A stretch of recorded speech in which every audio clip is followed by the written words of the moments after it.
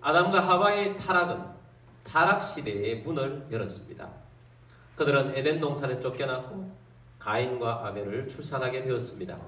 창세기 4장에는 가인과 아벨 다음 세대가 이제 태어났는데 죄의 DNA가 얼마나 커져서 그들이 얼마나 큰 죄악으로 달려가게 되었는가 하는 무서운 죄의 확장성을 우리에게 보여주고 있습니다. 창세기 4장 말씀을 통해서 오늘 우리가 얻고자 하는 교훈들이 있습니다. 몇 가지를 보기로 원하는데 첫 번째는 죄의 확장성이 크다라는 것입니다. 아담과 하와가 에덴 동산에서 쫓겨나서 이제 가인과 아벨을 출산하게 되었습니다. 그들은 참 살기가 빡빡했을 것입니다. 에덴 동산을 경험했던 그 경험이 있었는데 이제 이곳에서 저주받은 땅에서 살려고 하니까 얼마나 힘들었겠습니까? 그런데 가인을 출산하게 되었습니다. 출산할 때 하나님의 그 말씀대로 아주 죽을 고통을 하면서 가인을 출산했습니다. 그럼에도 불구하고 출산하고 나니까 얼마나 기뻤는지 하나님 앞에 감사했습니다. 그래서 이름을 가인이라고 지었는데 가인의 이름은 하나님으로 말미암아 득남하였다. 하나님 참 감사합니다 하는 그런 의미가 담겨 있습니다. 그리고 또 아벨을 출산하게 됩니다. 근데 아벨을 출산하게 되었을 때는 인생을 허무하게 느꼈나 봅니다. 그래서 아벨이라는 이름의 뜻은 허무하다, 덧없다 이런 이름의 뜻으로 아벨이라는 이름을 지었습니다. 그만큼 에덴 동산을 경험했던 아담과 하와에게는 첫 출산의 기쁨이 있었지만 첫 출산하고 나서 아이를 키우면서 가인을 키우면서 참 인생이 허무하고 더디었고 그 에덴 동산은 참 좋았는데 이 타락 세상을 살아간다는 것은 너무 허무하고 힘들구나 하는 것을 아벨이 태어났을 때는 그렇게 느꼈다는 것입니다. 그래서 그런 이름을 짓고 있었는데 그런데 가인과 아벨이 성인이 되고 나서 큰 사건이 일어난 것입니다. 가인이 동생 아벨을 죽여버린 것입니다. 얼마나 무서운 일입니까? 죄의 DNA가 내려오자 한 세대가 가자마자 이런 엄청난 일이 일어난 것입니다. 여러분 타락한 세상 속에서 정말 우리의 머릿속에서는 이렇게 살았으면 좋겠고 이렇게 행복하게 살았으면 좋겠고 우리의 가정은 이렇게 되었으면 참 좋겠다는 마음이 있지만 참 가정사가 힘듭니다. 어렵습니다. 우리의 생각대로 잘 되지 않습니다. 우리가 살아가면서 정말 참 가족들 가운데 참 아픔이 있고 또 서로 아프게 하고 하는 일들이 얼마나 많습니까? 그러나 좀 나을 수 있는 비결이 있다면 예수님을 제대로 만나는 것입니다. 하나님을 제대로 만나는 것입니다. 믿음이 없는 남편, 믿음이 없는 아내, 믿음이 없는 부모, 믿음이 없는 자녀들 참 힘듭니다. 그러나 하나님을 제대로 만난다면 그래도 믿을 수가 있어요. 그냥 대충 만나는 것이 아니고 제대로 만난다면 그 사람은 하나님과의 관계 속에서 늘 살아가기 때문에 믿을 수가 있는 존재가 된다는 것입니다. 혹 믿음이 없거나 믿음이 약한 가족들이 있다면 여러분 눈물로 호소하여서 믿음이 가족이 되게 하기를 바랍니다. 믿음을 가지고 제대로 하나님을 만난 가족이 된다면 달라집니다. 그렇지 않다면 참 힘들고 어려운 삶을 살아갈 수 있다 하는 것입니다. 그러므로 여러분 첫 번째로 알 수 있는 건 뭐냐? 죄의 확장성이 참 크다. 죄가 확장될 때 참 무섭다 하는 것을 우리에게 가르쳐 줍니다. 두 번째는 가인과 아벨의 차이가 피에 있다 하는 것입니다. 아담과 하와가 에덴 동산에서 쫓겨난 다음에 가인을 출산하고 아벨을 출산을 했습니다. 그리고 그들에게 하나님에 대한 경험을 전달했습니다. 자기들이 아는 하나님을 전달했습니다. 근데 인생이 타락시대에는 제일 중요한 것이 하나님을 만나야 한다는 것입니다. 그래서 아담과 하와가 가인과 아벨에게 하나님을 만나야 돼. 하나님을 만나야 살 길이 있어. 우리가 하나님 안에 있을 때는 참 좋았는데 하나님을 만나야 돼. 그것을 끊임없이 가르쳤다는 것입니다. 여러분 우리 인생에 있어서 믿든지 믿지 않든지 최고의 중요한 것은 구속자를 만난다는 거예요. 그래서 우리 욥이 고백했던 그 내용, 그 말씀을 여러분 기억하기를 바랍니다. 욥기서 19장 25절 말씀에 보면 내가 알기에는 나의 대속자가 살아계시니 마침내 그가 땅 위에 서실 것이라. 나의 대속자가 살아계시니 마침내 그가 나타나실 것이다. 이 땅에 서게 될 것이다. 이 구속자를 기다리는 마음, 그 마음을 간직하고 살아가는 것입니다. 그래서 가인과 아벨도 마찬가지로 부모님으로부터 교육을 받으면서 하나님은 우리를 창조하셨어. 온 세상을 하나님이 창조하셨고 우리에게 사명을 주셨어. 하나님의 나라에 사명을 주시고 또한 하나님만이 우리에게 참 안식을 줄 수가 있어. 그런데 우리가 죄를 지었는데 하나님을 떠난 인생이 얼마나 힘들지 우리가 처절하게 느끼고 있어. 하나님을 제발 만나야 돼. 너희가 하나님을 만나야 돼.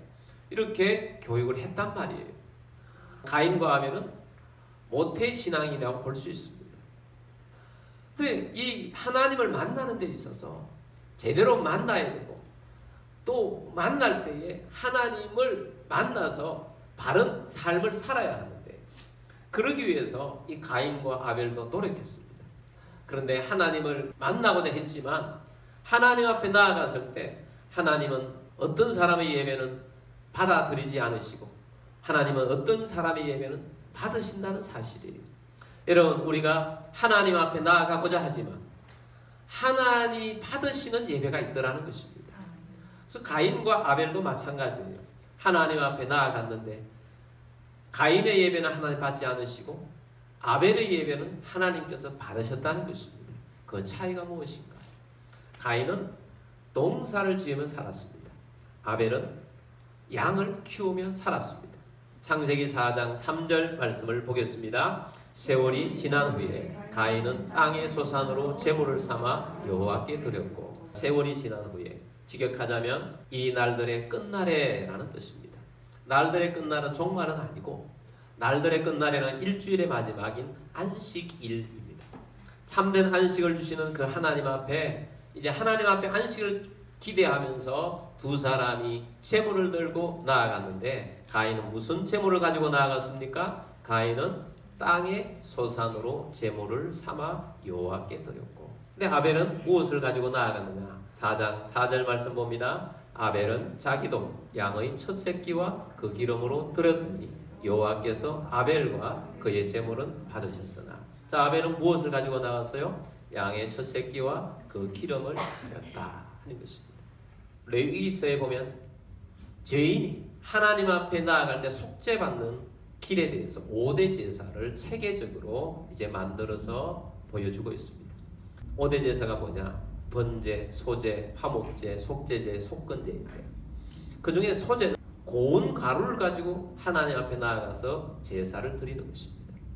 근데 다른 4가지 번제와 화목제와 속죄제와 속건제는 다 동물을 잡아서 동물을 하나님 앞에 제물로 가져가는 것입니다. 소제는 피 없는 제사요. 다른 제사들은 다 피가 있는 제사인 것입니다. 근데 우리가 꼭 알아야 될 내용이 있어요.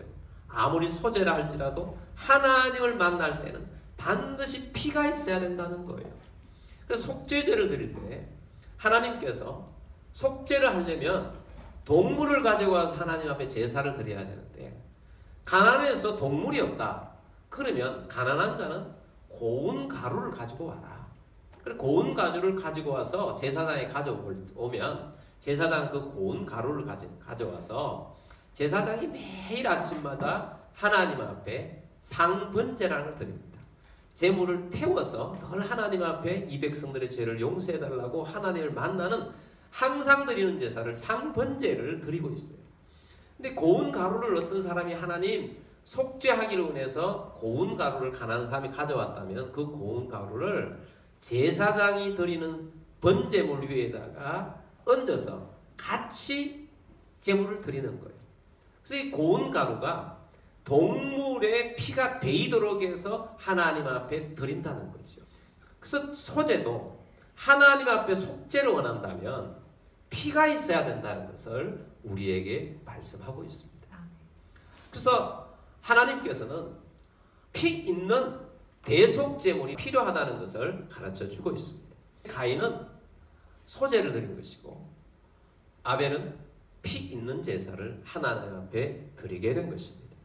자, 그렇게 드렸더니 4절을 다시 보면 아벨은 자기도 양의 첫 새끼와 그 기름으로 드렸더니 여호와께서 아벨과 그의 제물은 받으셨으나 하나님이 아벨과 그의 제물은 받으셨어요. 5절 말씀 보겠습니다. 가인과 그의 제물은 받지 아니하신지라 가인이 몹시 분하여 안색이 변하니 가인과 그의 제물은 받지 아니하셨어요. 이 차이가 뭐냐? 피에 있었다는 것입니다. 여러분, 오늘 우리들의 예배 하나님 앞에 나아가는데 반드시 필요한 것이 대속 제물이 필요한데요. 그 대속 제물은 이 땅에서 십자가에 달려 돌아가신 예수 그리스도의 피가 예수 그리스도의 피 흘려 죽으신 몸이 대속 제물이 되었다는 것입니다. 그래서 우리의 예배에 반드시 필요한 것은 예수 그리스도의 피라는 사실입니다. 아멘. 예수 그리스도의 피로 말미암아 깨끗하게 되어야 한다는 것입니다. 아멘. 우리가 이 여름에는 흰옷을 좀 많이 입는 편이죠. 근데 흰옷을 입으면 좀 부담스럽습니다. 막 묻잖아요. 묻어서 깨끗하게 해야 하는데 잘 깨끗하게 하지 못하는, 세탁해도 잘 안 지는 옷들을 제 아내는 보니까 락스물에 좀 넣어서 하면 하얗게 되더라고요. 그것을 보면서 그렇다. 우리가 죄에 물들어서 어떤 것으로도 깨끗하게 되지 않는 우리의 죄가 락스물에 깨끗하게 흰옷이 되어진 것이 예수 그리스도께서 우리로 깨끗하게 해주시는 거다. 예수 그리스도의 피에 적셔야 되는 거다. 아멘. 예수 그리스도의 피로 말미암아 우리가 깨끗함을 받을 때 주님이 우리를 받으신다는 거예요. 그러므로 우리에게 반드시 필요한 것은 예수 그리스도의 피라는 것입니다. 아멘. 그래서 여러분, 우리가 함께 예배를 드리지만 하나님을 만나는 것은 개인적으로 만납니다. 우리가 하나님을 만나는데 여러분에게 반드시 예수 그리스도의 보혈의 피가 있게 되기를 바랍니다. 아멘. 여러분 개인이 오늘도 함께 우리가 예배를 드리지만 여러분 개인이 하나님 앞에 드려지고 하나님 앞에 드려지는 예배가 하나님 앞에 상달되기를 원한다면 예수 그리스도의 보혈이 필요하고 그 보혈로 말미암아 깨끗하게 된 주의 백성이 되어야 한다는 것입니다. 그래서 보혈이 필요합니다. 그래서 오늘 우리가 보혈 찬양을 불렀어요. 보혈을 지나 하나님 품으로 보혈을 지나 아버지 품으로 보혈을 지나 하나님 품으로 한 걸음씩 나가네. 존귀한 주 보혈이 내 영을 새롭게 하시네. 그렇습니다. 주의 보혈이 우리의 영을 새롭게 하고 우리의 마음을 새롭게 하고 우리의 인생을 새롭게 하며 우리의 가정을 새롭게 할 것입니다. 그래서 우리에게 보혈, 주의 보혈, 여러분 우리가 예배드릴 때마다 주의 보혈이 필요한 것입니다. 그래서 주의 보혈로 주님 앞에 나와 주님을 바라며 주님 앞에 예배하는 자가 된 것입니다. 아벨의 제사는 가인의 제사가 달랐다는 거예요. 히브리서 11장 4절 말씀 보면 믿음으로 아벨은 가인보다 더 나은 제사를 하나님께 드림으로 의로운 자라 하시는 증거를 얻었으니 하나님이 그 예물에 대하여 증언하심이라. 그가 죽었으나 그 믿음으로서 지금도 말하느니라. 아멘. 아벨은 가인과 달랐어요. 어떻게 달랐느냐? 아벨은 믿음으로 하나님 앞에 나아갔다는 것입니다. 그래서 이것은 더 나은 제사를 하나님 앞에 드렸다. 그래서 어떤 결과를 얻었느냐? 의로운 자라 하시는 증거를 얻었다. 하나님이 그 예물에 대하여 증언하셨고 그가 죽었지만 그 믿음으로서 지금도 증언하고 있다. 지금도 말하고 있다. 그래서 이 아벨의 믿음은 피 있는 제사를 하나님 앞에 드려서 의롭다 하심을 받았다는 것입니다. 그래서 하나님 앞에 향기로운 제물이 되었는데, 자, 이렇게 피가 있는 하나님 앞에 예물을 드리는 정말 하나님을 만난 그리스도의 사람들은 드리는 자세가 달라요. 자, 아벨을 다시 봅시다. 창세기 4장 4절 말씀을 보면 아벨은 자기도 무엇을 드려요? 양의 첫 새끼와 무엇을? 그 기름으로 드렸다. 처음 난 양새끼를 가지고 와서 또 그 양 가운데 참 옛날에는 이 기름이 귀했어요. 이 귀한 기름을 가지고 하나님 앞에 제물을 드렸다는 것입니다. 정성이 다르더라는 거예요. 여러분 우리가 교회를 다니고 신앙생활을 하는데 예수 그리스도의 보혈의 피로 너무 감격하고 감사하는 사람들은 하나님 앞에 나와서 예배드리는 자세가 달라요. 벌써 다릅니다. 무엇보다도 첫 번째가 먼저 하나님이에요. 하나님 소득 주시면 먼저 하나님 앞에 첫 소득을 하나님 앞에 드리고 또 소득 중에서도 먼저 11조를 떼어놓는 거예요. 먼저 쓸 것을 먼저 하고 나중에 하는 것이 아니고 먼저 하나님 앞에 드림이 있더라는 것입니다. 그래서 먼저 하나님 앞에 드리고 정성을 다하는 그런 자에게 하나님께서 정성을 받으시더라는 것입니다. 그래서 그 결과 여호와께서 누구와 그의 제물을 받으셨으나 아벨과 그의 제물을 받으셨어요. 제물만 받은 것이 아니고 그 사람을 받더라는 것입니다.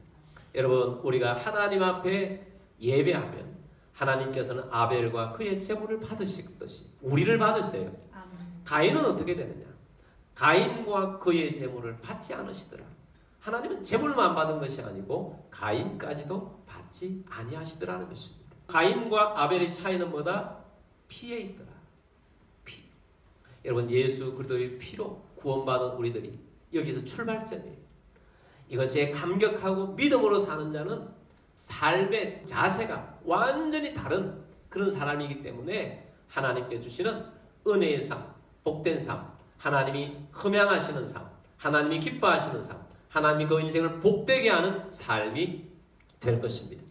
그러므로 우리가 믿음으로 걸어가는 피가 있는 그리스도의 보혈이 있는 하나님의 백성이 되시기를 주의 이름으로 축복합니다. 아멘. 세 번째 교훈은 무엇인가? 회개의 기회를 주실 때 회개합시다. 아멘. 가인이 자신과 제물은 하나님 받지 않으시고 아벨과 그의 제물을 받으심을 보고 안색이 변했습니다. 여러분 우리의 얼굴은 마음의 창이라고 합니다. 그 마음에 있는 것이 얼굴로 드러나게 됩니다. 그리고 그 마음에 있는 것이 결국 말하게 되고 그 마음에 있는 것을 행동하게 됩니다. 그래서 이 마음이 중요합니다. 근데 이 가인이 아벨을 죽이는 사건이 일어나잖아요. 왜 죽였느냐? 그 근본 원인은 마음에서 나왔어요. 그 마음은 무슨 마음이냐? 질투심입니다. 여러분 가인의 최초의 이 살인죄를 범하게 된 것이 무엇으로부터 나왔느냐? 질투심에서 나왔다는 것입니다. 여러분 질투심은 참 무서운 거예요. 질투하는 마음은 참 무서운 것입니다. 어떤 공동체가 있으면 그 공동체를 깨고 아프게 하고 어떤 사람을 힘들게 하는 마음이 질투하는 마음이에요. 여러분 질투심 느껴보셨어요? 여러분 직장생활이 힘든 이유가 뭡니까? 일이 힘든 것보다 사람이 힘들어요. 어떤 사람? 질투하는 사람. 질투심 때문에 힘든 거예요. 형제들 안에도 또 우리 공동체 안에도 심지어 교회 안에도 힘든 것이 뭐냐? 그 사람 속에 어떤 사람의 질투하는 마음이 있으면 그 공동체가 힘들어요. 질투하는 마음. 그래서 질투하는 것 때문에 본인도 힘들고 남을 힘들게 만들어요. 신앙생활을 하면서 나보다 저 사람을 좀 더 다른 사람이 더 사랑해 주는 것 같아요. 그런 마음이 들면 얼마나 마음이 무겁고 힘듭니까? 본인은 또 사랑을 잔뜩 받아야 돼. 목사님으로부터 본인은 잔뜩 받아야 돼. 다른 사람에게 마음 가는 걸 질투하는 사람들은 못 견뎌요. 그래서 힘든 것입니다. 그래서는 안 되는 거죠. 교회가 있으면 목사님이 모두를 사랑하는데 또 새로운 성도가 오면 새로운 성도를 사랑하는데 여러분 집안에 아이가 태어나면 위에 있는 애보다 갓 태어난 아이에게 부모가 전심을 다 기울입니다. 그럼 전심을 다 기울이면 좀 더 큰 애는 어떻게 합니까? 질투심이 생겨서 안 볼 때 밀어버리고 막 그런 일 있잖아요. 근데 이제 교회는 그래서는 안 되죠. 아 목사님이 새로운 성도가 왔으니까 저 성도를 사랑해 주는구나. 아 그렇게 해서 귀한 마음으로 보고 또 야 목사님이 힘든데 내가 좀 더 저 성도를 저 새로운 사람을 좀 더 사랑해야 되겠다. 잘 보살펴야 되겠다. 그렇게 해서 내가 더 적극적으로 하는 게 이게 정상이잖아요. 근데 그렇지 않으면 질투심이 있으면 서로가 서로 힘든 거예요. 여러분 가인의 입장에서 아 왜 하나님께서 나의 제물을 받지 않았지? 왜 나를 안 받았지? 어떤 마음으로 해야 되겠습니까? 질투하는 마음을 가질 것이 아니고 왜 안 받았지? 아벨의 제사와 나의 차이는 뭔가 생각하고 분석을 하고 그 다음에 하나님 다음에 오늘은 내가 안 받아줬지만 다음에 하나님께 받게 만들어야 되겠다. 그렇게 해서 바꿔야 되는 게 정상이에요. 여러분 오늘 우리들이 믿음 생활하면서 질투가 아니라 정말 하나님 앞에서 우리가 변화되는, 우리의 내면을 바라보면서 우리 내면을 변화시키는 여러분들이 되기를 주의 이름으로 축복합니다. 아멘. 자, 하나님께서는 아벨을 죽이는 이때에 하나님께서 계속 개입하세요. 여러분, 우리의 삶 가운데, 믿지 않는 자의 삶 가운데 하나님이 계속 개입하시거든요. 하나님 세 가지 질문을 하시는데 첫 번째 질문은 뭐냐? 4장 6절 말씀 보겠습니다. 여호와께서 가인에게 이르시되 내가 분하여 함은 어찌 됨이며 안색이 변하면 어찌 됨이냐. 하나님의 첫 번째 질문은 네가 분하여 함은 어찌 됨이냐, 안색이 변하면 어찌 됨이냐. 네가 왜 안색이 변하냐? 너는 왜 질투하고 있느냐? 너 왜 그런 마음을 가지고 있느냐는 거예요. 7절 말씀 봅니다. 내가 선을 행하면 어찌 낯을 들지 못하겠느냐. 선을 행하지 아니하면 죄가 문에 엎드려 있느니라. 죄가 너를 원하나 너는 죄를 다스릴지니라. 아멘. 자, 하나님이 질문을 하시고는 네가 선을 행하면, 네 마음속에 네가 선한 마음을 품고 계속해서 나아가고 있으면 어찌 낯을 들지 못하고 있겠느냐. 네가 안색이 변했구나. 선을 행하지 않으면, 네가 그 마음을 바꾸지 않으면, 이 질투심을 계속 가지고 있어 계속 그렇게 나가면 죄가 문에 엎드려 있느니라. 네가 나아가는데 너를 죄 짓도록 하는 것이 네 앞에 바로 있다는 거예요. 네 앞에 지금 죄 짓도록 하는 것이 네 앞에 바로 있다. 그래서 죄가 너를 원하나 너는 죄를 다스릴지니라. 자, 하나님께서 말합니다. 죄가 너를 원한다. 그러나 너는 죄를 다스려야 한다. 너는 죄를 다스려야 해. 그 마음을 없애야 돼. 하나님께서 말씀을 하고 있는 것입니다. 오늘날 이 시대의 문제는 뭐냐? 마음이 가는 대로 사는 것이 사람들의 문제입니다. 자기 마음에 가는 대로. 그렇게 부추깁니다. 네 마음이 제일 중요해. 너 감정대로 살아라고 합니다. 예전에 우리 비전랜드 어린이들 사이에 있을 때 한 남자애가 정말 똑똑하고 고집이 아주 센 그런 남자애가 있었어요. 근데 그 남자애를 가르치는 선생님도 보통이 아니었어요. 말 잘하고 설득력이 있고, 그래서 열심히 가르치는데 애가 자꾸 반기를 드는 거예요. 선생님, 그건 왜 그래요? 그러고는 막 하는데 완전히 반대로 논리를 펴면서 이 초등학생이 얼마나 똑똑한지 막 나가니까 하다가 선생님이 안 되니까, 그래, 누가 너 보고 강제로 밀어라 그랬냐? 네 마음대로 해. 그렇게 네 마음대로 살아. 네 마음대로 해봐. 그렇게 이야기해요. 결론은 언제나 그래요. 자, 그 이야기를 몇 번 들었어요. 그래서 듣다가 마음이 불편해서 안 되겠어요. 그래서 선생님을 불렀어요. 불러서 제가 이야기했습니다. 야, 네 마음대로 살아라 하면 어떡하냐? 아무리 그래도 하나님 말씀이 진리이니까 네가 모르는 뜻이 하나님 말씀 안에서 말씀대로 살아야 한다고 결론을 내줘야지. 결론이 네 마음대로 살아라 그러면 어떡하냐? 여러분, 마음대로 살면 안 되는 것입니다. 마음대로 살면 어떡하? 죄가 너를 원하는데 그쪽으로 가겠습니까? 여러분, 말씀대로 살아야 하는 것입니다. 8절 말씀 보겠습니다. 가인이 그의 아우 아벨에게 말하고 그들이 들에 있을 때에 가인이 그의 아우 아벨을 쳐 죽이니라. 자, 다른 번역에 보면 가인이 그의 아우 아벨에게 들로 가자라고 말하고 이렇게 되어 있더라고요. 들로 가자. 유인했다는 거죠. 그래서 가인이 아벨을 쳐 죽였어요. 질투심에서 출발한 것이 얼마나 무서운지를 보여줍니다. 여러분, 우리에게 있어서 내게 있는 나쁜 마음을 자꾸 묵상하면요, 나쁜 말이 나오고 나쁜 행동이 나옵니다. 근데 우리가 그렇다 할지라도 지금 하나님 말씀하셨잖아요. 하나님 말씀하셨지만 하나님 말씀을 묵상하면 죄를 이길 수가 있어요. 하나님 말씀 묵상하면 우리가 하나님의 뜻을 이룰 수 있습니다. 말씀 묵상으로 승리하시는 여러분들이 되기를 주의 이름으로 축복합니다. 하나님이 두 번째 질문을 하세요. 9절 말씀에 나옵니다. 여호와께서 가인에게 이르시되 내 아우 아벨이 어디 있느냐? 그가 이르되 내가 알지 못하나이다. 내가 내 아우를 지키는 자니까. 자, 두 번째 질문은 뭡니까? 내 아우 아벨이 어디 있느냐? 이 질문은 가인에게 죄를 직면하게 하는 질문이에요. 비록 가인이 아벨을 죽였지만 하나님께서 회개의 기회를 주는 겁니다. 죄를 직면하고, 죄를 직면해야 회개가 되는 것입니다. 근데 가인이 어떻게 합니까? 내가 알지 못하나이다. 내가 아우를 지키는 자이니까 하고 회피해버려요. 여러분, 우리가 죄를 직면하는 것은 참 아픈 일이에요. 그래서 죄를 자꾸 우리 사람들은 도망가려고 합니다. 죄를 짓고 난 다음에 피하려고 해요. 회피하려고 하고 변명하려고 합니다. 그래서 어떤 때는 뭐 이런 것 때문에 어쩔 수 없이 이렇게 했다고 결국은 변명하게 됩니다. 여러분, 하나님께서는 죄를 직면해서 회개하기를 원하십니다. 여러분, 우리가 죄가 있을 때 하나님 앞에서 죄를 처리하는 여러분들이 되길 바랍니다. 아멘. 어떤 아이가 있었어요. 좀 부잣 집안인데 동네에 나쁜 형을 만났어요. 나쁜 형이 처음에는 이 애에게 자꾸 꼬드깁니다. 야, 이거 사면 좋지 않냐, 이거 하면 좋지 않냐, 꼬드깁니다. 그러니까 이 아이가 돈이 없는데, 나 이것밖에 없는데, 그러다가 나중에는 이 형이 그렇게 이야기합니다. 야, 너희 아버지 지갑에 돈 많잖아. 좀 그거 해도 아빠 모를 거야. 근데 그 전까지는 그런 마음이 없었는데 그 이야기를 듣고 아빠의 주머니를 보니까 조금 가져가도 모를 것 같은 마음이 생기는 거예요. 사단의 속삭임은 언제나 그렇습니다. 우리에게 나쁜 정보를 알려주면 그렇게 보면 그렇게 보여요. 그래서 아빠에게 지갑에서 돈을 꺼내가지고 하고 싶은 것을 하고 했더니 아, 이 형이 좋아라 하면서 이야기합니다. 자꾸 뭘 시키는. 그 말 안 들으면 야, 너 아빠한테 이런다. 이제 협박하는 거죠. 말 안 들으면 너 내 말대로 해야 돼. 안 그러면 너 아빠한테 다 잃어버려. 그러고는 또 훔치게 하고 또 나쁘게 하고 그 형을 만날 때마다 괴롭습니다. 나타날 때마다 간이 콩알만해집니다. 두려워하고 그러다가 도저히 안 되겠다. 그래서 아빠한테 가서 죽을 각오를 하고 와서 이실직고 합니다. 아빠, 내가 이렇게 해서 아빠의 지갑에 돈을 훔쳤어. 그랬을 때 아빠가 크게 나무랄 줄 알았더니 안아주면서 얘야, 왜 그래? 앞으로는 그러지 말고 돈이 필요하다면 내게 이야기해라. 내가 너에게 줄게. 그렇게 품어주고 다시는 그러지 마. 그렇게 해주는 거예요. 자, 그 다음부터 이 아이의 삶은 달라지는 거죠.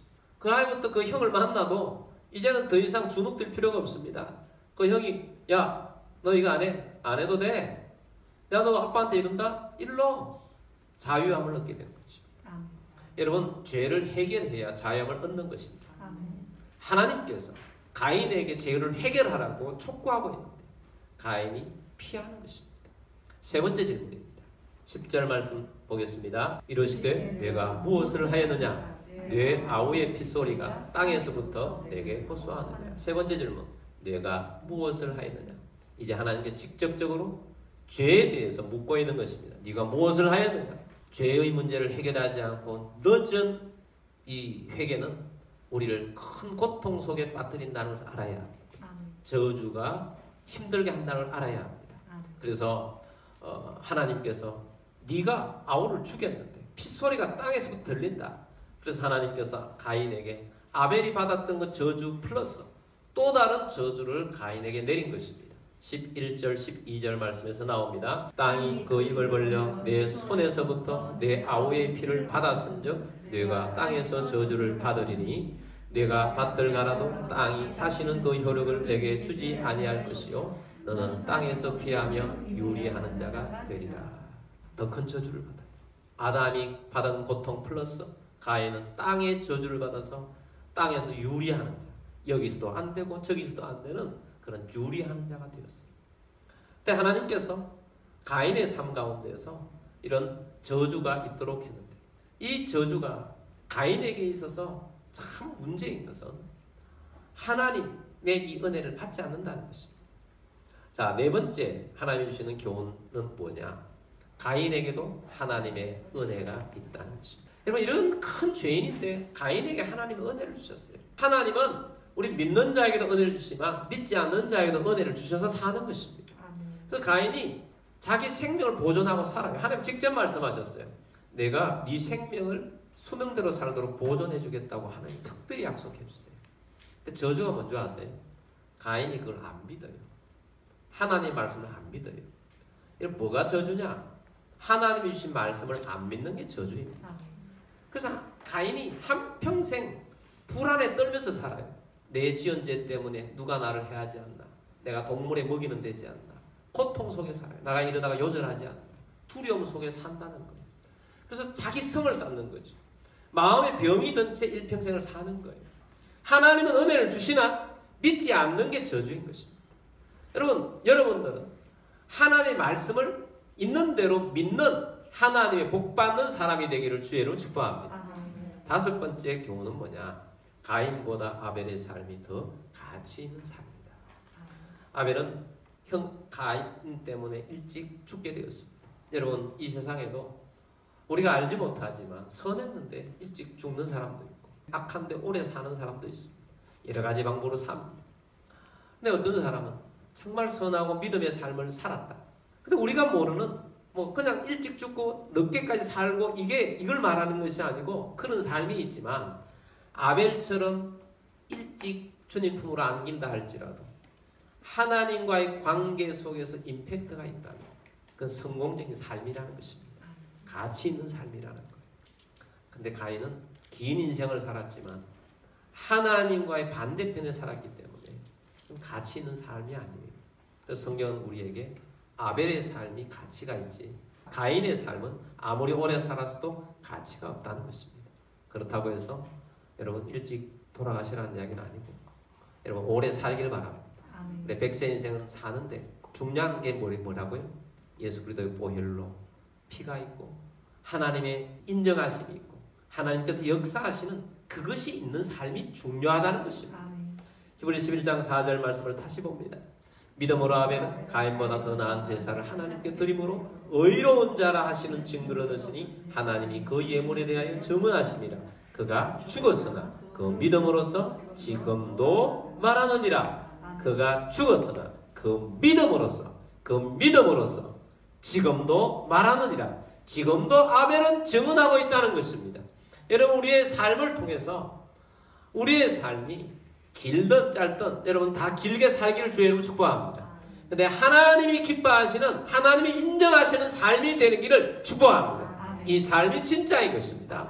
하나님이 기뻐하시는 삶을 사셔서 하나님께 영광을 돌리는 주의 백성들이 다 되시기를 주의 이름으로 축복합니다.